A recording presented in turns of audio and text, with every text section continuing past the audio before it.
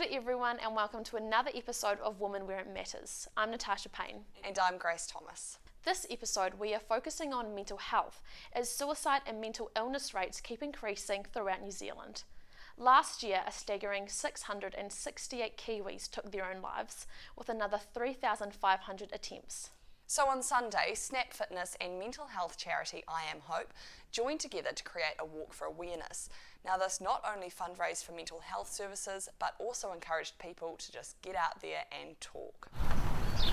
Last year, we lost 668 people in New Zealand. 174 of those were under the age of 24, and 74 of those people were under the age of 14.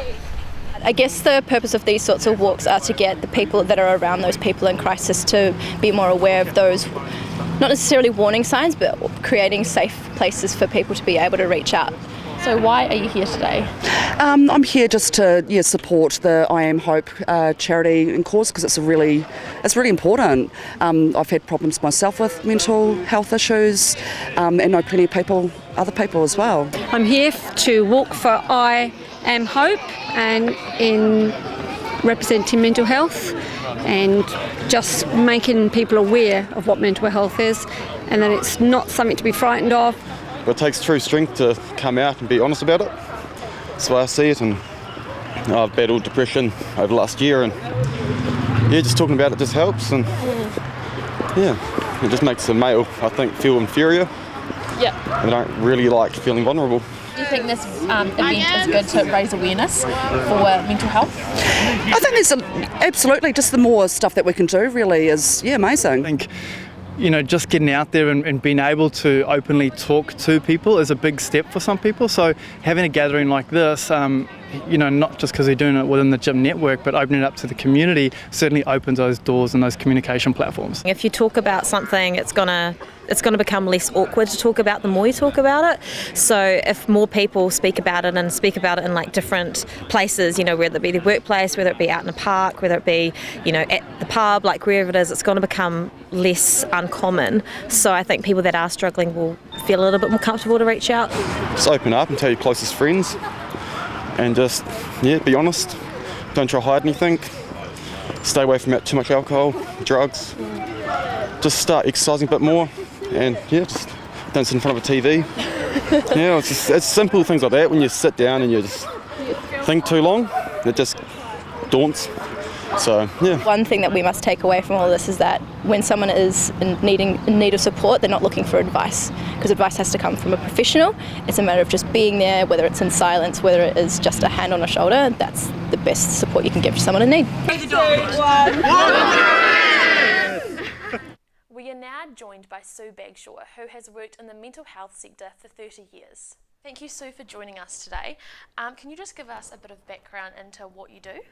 Well, sometimes I describe myself these days as a youth worker with a medical degree.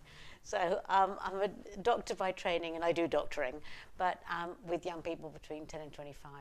And last year reached the highest levels of suicide in New Zealand since they've been recorded 12 years ago. Why do you reckon this is? There's tons of reasons. There's no one reason at all. Half of suicides are really impulse stuff. They're not the illness, depression. Certainly some are, without a doubt. But some are, I think there's this mistaken belief that if I go away, all my problems will be solved. But you can't come back. And so it's not a solution really, because your problems are still there and you can't come back. So I think that needs to be changed. And partly I think that's been created because in video games you just come back. And people are playing videos from 2. So that's become a reality. So I think that's kind of got to be corrected. That's number one. I think loneliness. Loneliness is one of the biggest reasons why people feel they have so many problems that can't be solved. Rejection. People don't cope with rejection very well. Go out and get drunk and then the impulse happens. Failure. People, everybody's supposed to be successful and happy. It's not real life. We all fail. We all get low mood. We all get unhappy. It's normal. But we've made a disease out of it. And I think that's the problem with, if you like, the way we've medicalised society. everything's a disease you can take a pill for and you get better.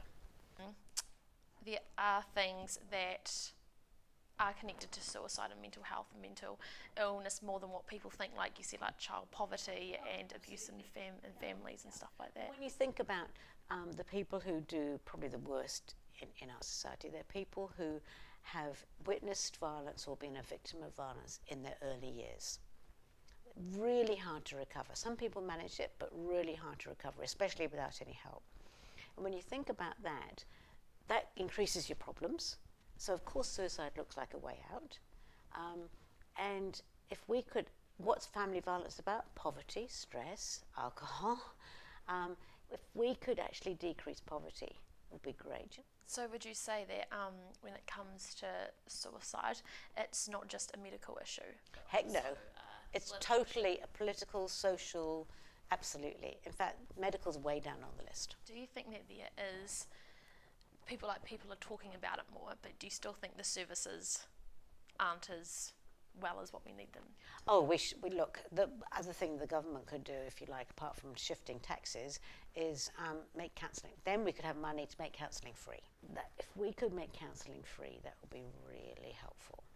Because that would actually save heaps of money, because people wouldn't have to go into the illness system, which is really expensive. And what else do you want to see happen with all that money that the government said that they would put towards? Well, I'm really biased, so I would like youth one-stop shops in every town mentioned on the weather map, which has doctors, counsellors, youth workers and social workers and peer support all in one place, so that young people don't get lost and fall between the cracks, and they have activities and help with employment and help with budgeting and help with family stuff. That would be brilliant. And what would you like to see change within our systems? You know, you've been part of the mental health sector for coming up 30 years. What would you like to see change? Poverty. And because that inbuilt discrimination of all sorts, whether it be racial, orientation, gender, economic, that discrimination and stigma is built in because we're not an equal society. Awesome, well that's all I have. Thank you so much for joining us today and giving us your time. Thank you. Thank you for joining us for another episode of Women Where It Matters. We'll see you next week.